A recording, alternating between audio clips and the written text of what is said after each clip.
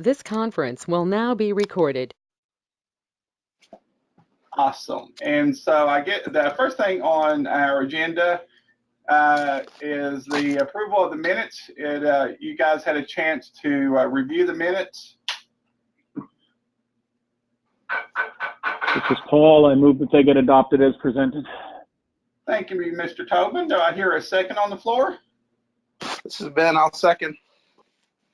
Second. Katie, do you have any problems with approving the minutes? I don't. All third. Oh, well, okay. So since it's all three of you, and Paul made the motion and Ben seconded, the minutes are approved. And so modifications to the agenda, I do think, probably should just update Katie on, how we are seeking an Attorney General opinion. And so does anyone have any objections, to include that in our meeting today? No, it seems fairly appropriate for the development community to be concerned about how to do fundraising. Yeah, I was thinking that too. So we can go ahead and discuss it now or discuss it a little bit later. But, since I did bring it up, probably we should go ahead and talk about it. And so, Paul, do you want to go ahead and just, key us up? And then Ben, if you want to add anything afterwards, and, then we can. Sure. Well, Katie, as you're no doubt aware at this point from your reading coming onto the board, the FAAST and the Assistive Technology Advisory Council are a creature of legislation. The ATAC, the Assistive Technology Advisory Council, was created in statute, and the council was then asked to, or directed to, create a nonprofit organization called FAAST. FAAST is incorporated under Section 617 of Florida statute, which means that it is a nonprofit corporation, and it does have its 501c3 recognition from the Internal Revenue Service, making donations to FAAST tax deductible. A question has arisen about the members of the Assistive Technology Advisory Council who are state employees, or basically anyone who's not in Category 1 of the membership, Category 1 or 2. So they've got some sort of encumbrance that would preclude them from participating in fundraising and in certain actions that are basically required of board members under 617 as a fiduciary of the corporation. So we being the executive committee, spoke with an attorney. I believe it was Monday. We spoke with an attorney on Monday, and we will be writing to the Attorney General trying to clarify what was the legislative intent and what are the parameters that are placed upon FAAST, the nonprofit corporation, to go out and solicit additional funds above and beyond that which is provided directly by the legislature at the state or federal level. This basically, we talk about having an elevator speech here, and we talk about, coming up with new logos, and are we writing new grants and doing applications? And basically the question has come up whether or not the legislative intent behind FAAST somehow precludes the solicitation of donations from individuals. So at the present time, we're kind of in a holding pattern. When it comes to soliciting donations, we are not barred or not banned or not cautioned by our attorney. We can continue to write for grants from nonprofit organizations and foundations. We can certainly continue to solicit increases in the legislative amount, the amounts provided by the legislature, although we've not ever been successful with that since our founding. So we are basically making sure that all of our ducks are in a row so that we can expand our fundraising capacity in the future. And until we get an Attorney General opinion that gives us sort of guidance in one way or another. We're in a bit of a holding pattern when it comes to soliciting individual donations of either equipment or cash. I'm not sure how that model works when basically we also operate regional reuse centers. So the point of that is to solicit equipment from individuals so that we can recycle it and redistribute it. So we're trying to figure that part out. I think I've given this the proper amount of confusion, because I am certainly confused by this. But is there something you'd like to add, either Ben or Michael, in terms of sort of what our present situation is? I think you did a pretty good job. I know that, you know, I'm very glad that we are going for an Attorney General opinion, because, you know, that basically becomes the law of the land, so to speak, when it, you know, in terms of our program. And then it also, you know, would give us, depending on what comes back, it really would help us in terms of if we need to revise the statute. Thank you so much, Paul, for explaining that. Thank you. It's unfortunate. It's just kind of, we're a bit handcuffed at the moment. And again, I can't for the life of me understand what the intent would be behind it, but nonetheless, it is where we are, and we will follow the advice of counsel and seek an Attorney General opinion. Ben, did you have anything you wanted to add on that? Paul, I think you did a superb job, and I have absolutely nothing to add other than concurring that I'm, like Michael, also glad we're seeking a formal opinion. Yeah, nobody obviously wants to do anything that is going to put FAAST either in the crosshairs of some sort of, with the very best of intentions, we've somehow run afoul of the statute. And so we just want to make sure that that the board and the staff and everyone is protected, and that we're not doing anything that might in any way encumber the organization in the future. So Michael, if there's nothing else, we'll move on with the agenda. Yeah, oh, absolutely. Next on the agenda is, whoops, I went back to the minutes, so let me close that. Next on the agenda is just to get your guys' opinion and comments on the donor cultivation manual. And I know that, this right here could be a little bit presumptuous. However, I think it's okay for us to talk about it, because, depending on what happens, we definitely want to be, ready to roll. And so, I did send it out. And again, as I mentioned at the board meeting, I know you guys, Liz and Paul and some other people, I think 2 committees ago, made some very good recommendations. And so we included those in here. Some of the recommendations that were made, that's what led us to writing some of the follow-up parts to it. And so I'm also going to see, Katie, did you call in? And, did you use your phone? Because I do see a caller 3. No, that's not me. I don't think. I didn't call in. It's Liz. Hey, Liz, I just mentioned your name, and that's what made me think to look over at caller 3. Yep, that's me. Yeah, so every time I say caller, it makes me think of Larry King when he used to do his, his radio show. Got it. So, well, actually, Liz, you just now won the free concert tickets. Okay. Great.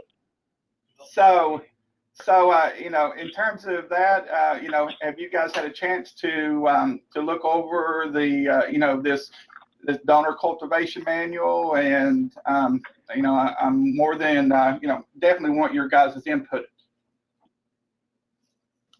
I have looked it over, and I think it will definitely help people who may have some reluctance making that approach.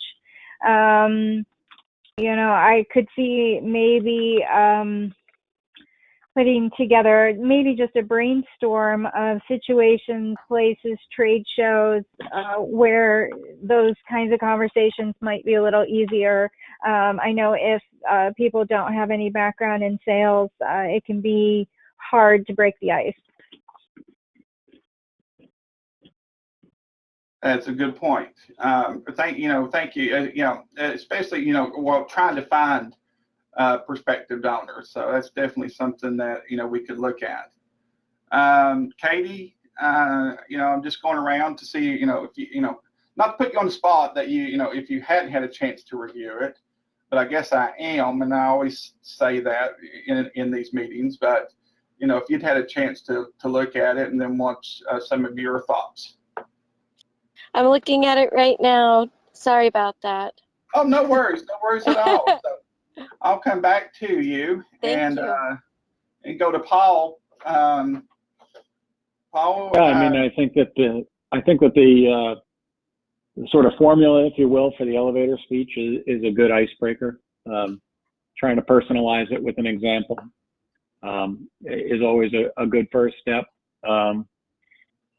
I think that once we get the green light to do further fundraising, this might be a good opportunity at future events to perhaps have different board members buddy up when they're approaching a prospective donor, at least initially, if somebody is a little bit more reluctant to go in for that ask. This is a little role playing, a little mentorship on fundraising if somebody would like to do either be on the on either side of that equation of the mentor relationship.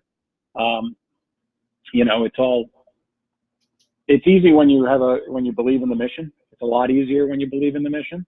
Yeah. So I would say that this is, the use of equipment is certainly something that's personal to all of us, and just being able to convey that passion is half the goal to making that ask. So, and I think that this manual gives a good starting point to kind of start that discussion. Thank you. Liz, going to come to you next, and I know I don't think you're on the you're on the webinar or the GoToMeeting, and but I did want to, since a lot of these were your recommendations, and so I know on page 6, starting with the steps for individualizing follow-up comments, that's where we were able to work a lot of what of your recommendations in. And then in number 9 on this page, we actually main points to include is the only program like this in Florida. Mentioned we're part of a nationwide program. We're a free resource, and technology it is expensive, and some and also we statement of the importance of advocacy and possible examples. And so I just wanted to let let you know that we did take everybody's recommendations, and we were able to use them. Yes, I saw that, and yeah, thank you for that. I hope it'll be helpful. It's one of those things you kind of just feel your way through it in the moment based on your audience, but I do think that some people want to know that there's a sort of permanence and legitimacy to what you're doing. I memean, there's so many great charities, but I think when you kind of understand more about who we are and what we're connected to, I think that that helps us differentiate ourselves from other local efforts. Yeah, and I can tell you one of the things I think I'd be more than happy to get some follow-up is for the follow-up examples. I actually tried to pull out like the main points to include, and then just to make sure you included those. And so what I did here was I actually did a follow-up conversation, and then underneath that I pulled over those points in 9, just to make sure you can see there where it says only program like this in Florida, check, and that means we included it. Mentioned we are a part of a nationwide program, check, it did that, we included that. And so that was I just wanted to explain that, and probably could format that a little bit better, but that I just wanted to to explain that. Ben, do you have anything that you want to add to so far the elevator speech and the follow-up speech, or the follow-up? I don't know if the follow-up is a speech. Michael, I would say this thing is very thorough. I've been involved in sales for a long time, and if I had $1 for every meeting I've sat in where they've talked about generating elevator speeches and all these other things, I wouldn't have to work anymore probably. But but they never talk about how to do it and give examples and really kind of break it down like this. So I think this is a tremendous resource. It's more than just saying, hey, we need to do this. It's a roadmap for how to accomplish it. I think it's very thorough. Obviously, as time goes on, maybe we'll be able to improve it a little bit or add or subtract. But for right now, I think it's a great starting point.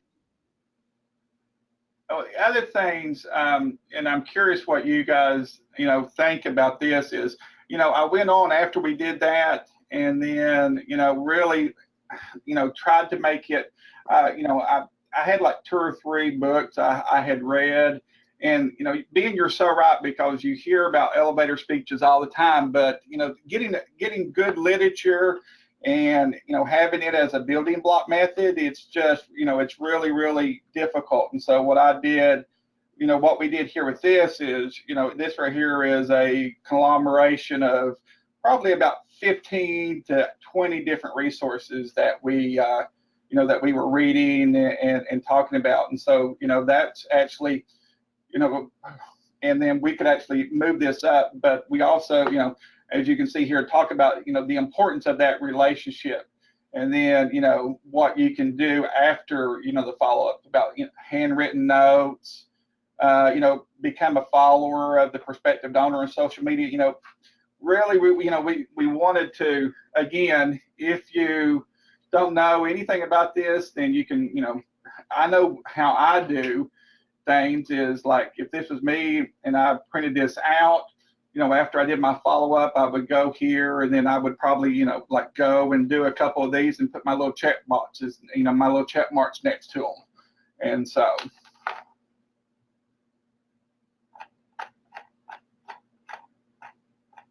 The other thing, and Paul, I guess I want to ask you your opinion about this, because this is, probably one of the hardest things to write. And I'd only really gotten one resource that was really good about the pitch or the ask. And I didn't know if you had a chance to look at this with, in terms of the formula, how we tried to come up, because again, there really wasn't a lot of good information. Basically it said, basically it was like 2, in some of the stuff we read, it was like 2 or 3 sentences.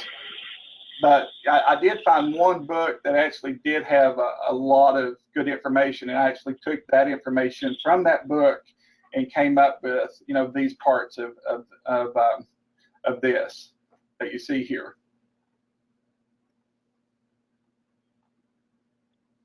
I mean, in terms of, I've done a lot of pitches in the past. It really, I think it's very much dependent upon the audience, and I mean, it's very different if you're asking for $100 versus $10,000. So, I think that this gives you some guidance, but I think that would be.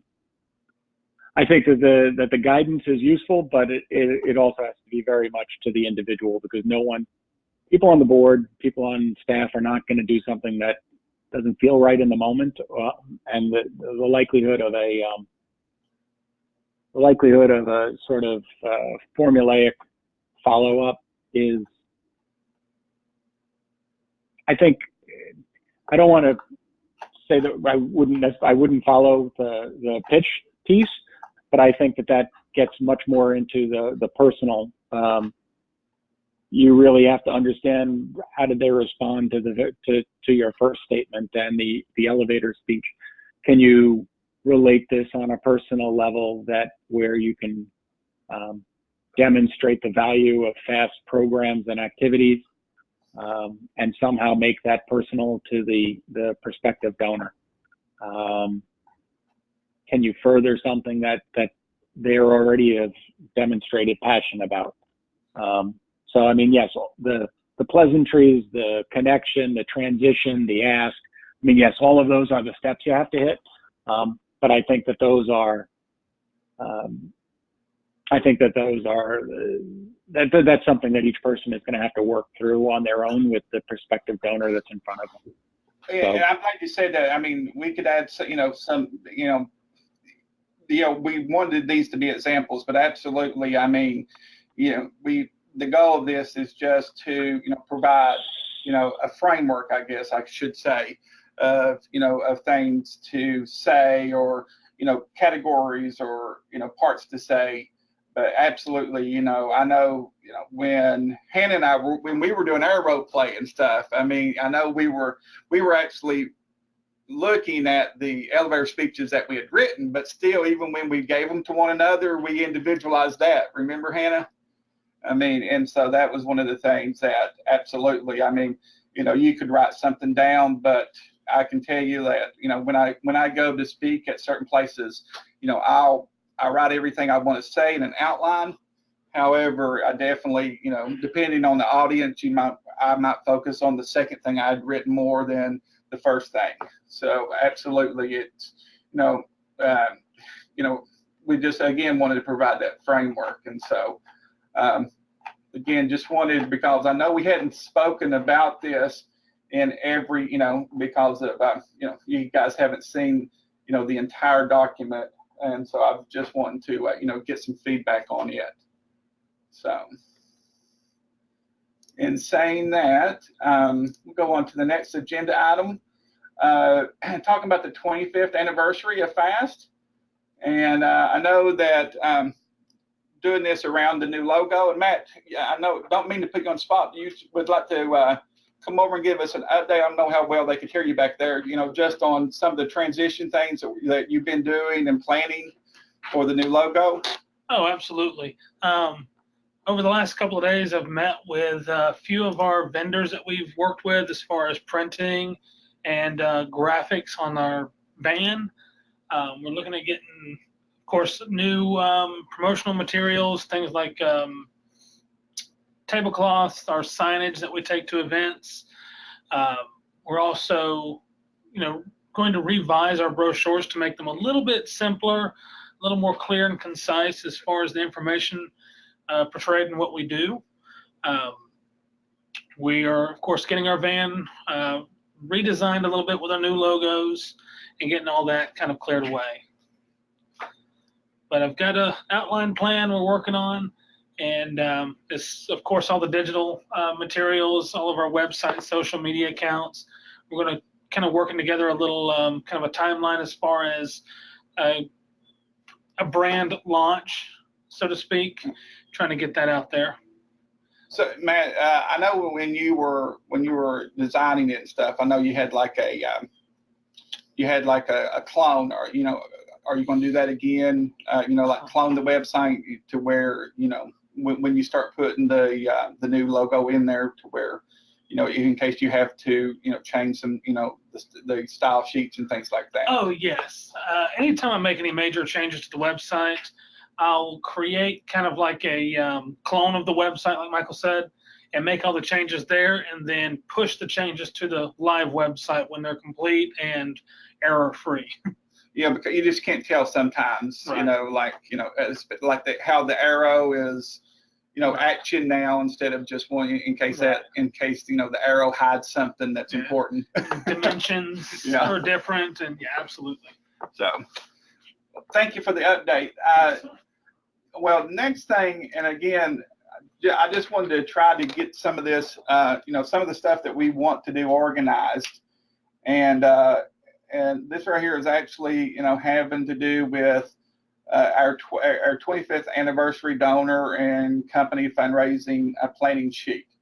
And so, again, this really depends on what we get, but however, again, I just wanted to show you guys what we're, I'm just trying to, I guess, make a framework for planning this. And so again, this right here was kind of a template that, that I used, and it really went through it, and then tried to, come up with some due date. Well, first is the mission goal and our fundraising goal. And then, I went through this and did, like the donor range chart, and then campaign schedules and things like this, because again, this is something that, we're so new at, but it's, at least it's something where, it's a starting point to where we can start talking about this, and then, to where we could, massage this a lot. And so, I don't know now about, going into it, in depth, because of the things that, as Paul said at the beginning of it, at the beginning of the meeting, because of our Attorney General opinion. But I'll leave it, I guess I'll open it up to everybody, and, just ask for your opinions and comments in terms of, probably the structure and the framework of some of this stuff. And Paul, since you have probably the most experience with fundraising, don't know if you'd had a chance to go over this, and then, just to have a chance to look at it. But again, as I said, just trying to give it a structure.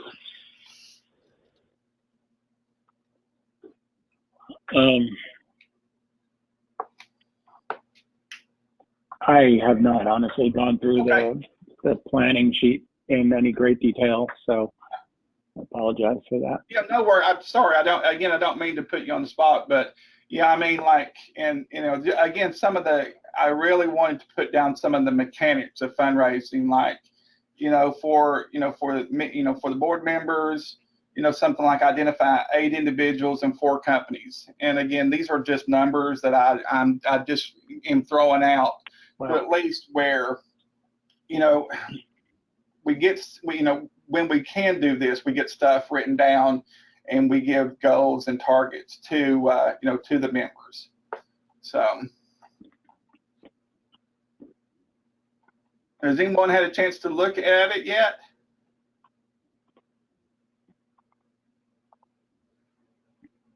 That's no problem. The reality is, Michael, that until we have the AGO opinion, this is kind of up in the air. Point. Yeah, I did try to do a little competition here, though, but you're absolutely right. So, and in saying that, I just again wanted to offer this.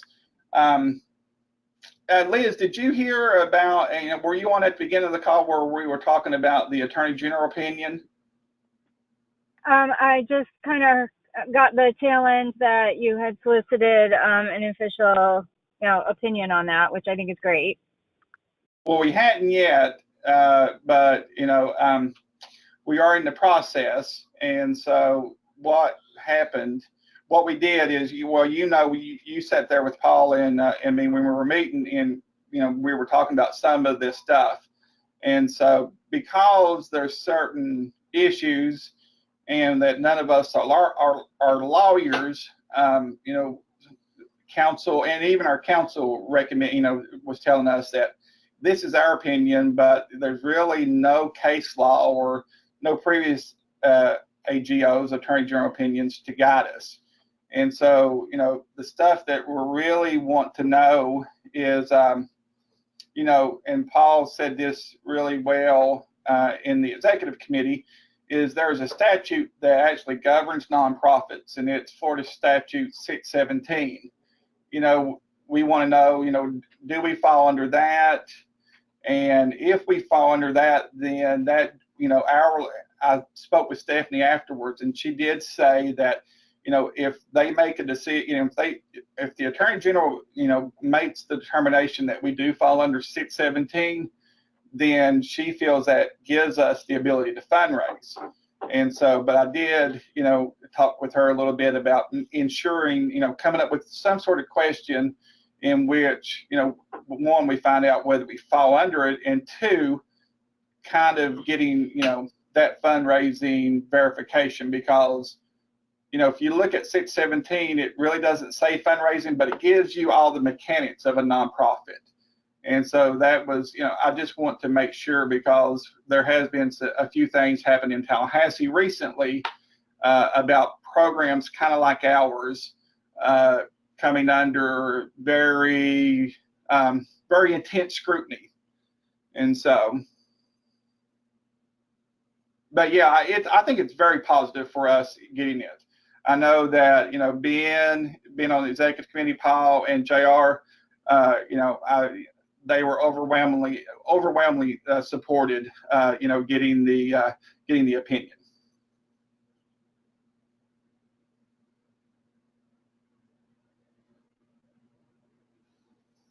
From my opinion, I mean, from my perspective, rather, thankfully, we're not talking about something that's providing 50% of our income presently.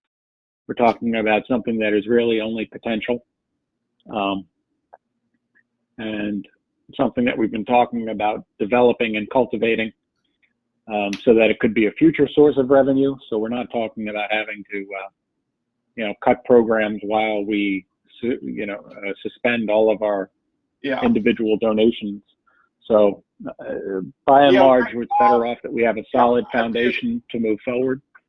Yeah, in fact, Paul, I'm just going to tell you that I just went in and restarted my reoccurring donation. And so, but yeah, I mean, we can fundraise but we, like we said, we can't be overt about it. And all the stuff that we fundraise, we have to, put it back into the program. And so, but speaking of money, but not fundraising, we got some good news. I don't know if Katie and Liz know about it yet. And so, you want to tell them the good news that, that Eric and your committee has? Yeah, we were fortunate enough to secure a grant that will significantly boost our sustainability going forward.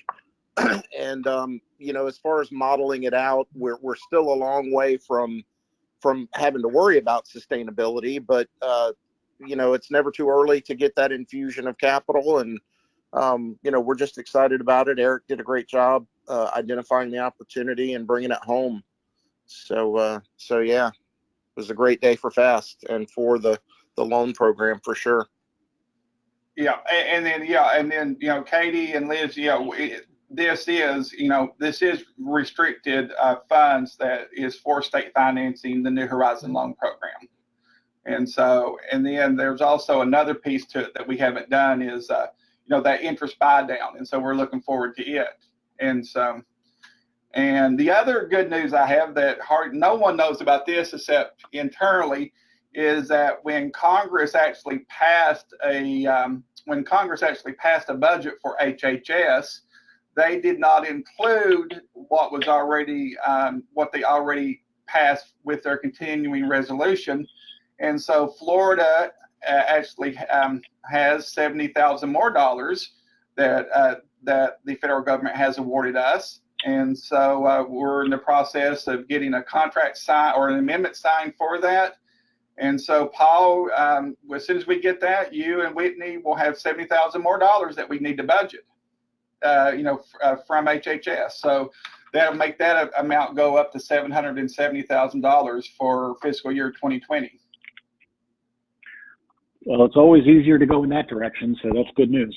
Yep. So there adds around $775,000, in terms of the services, that we can provide.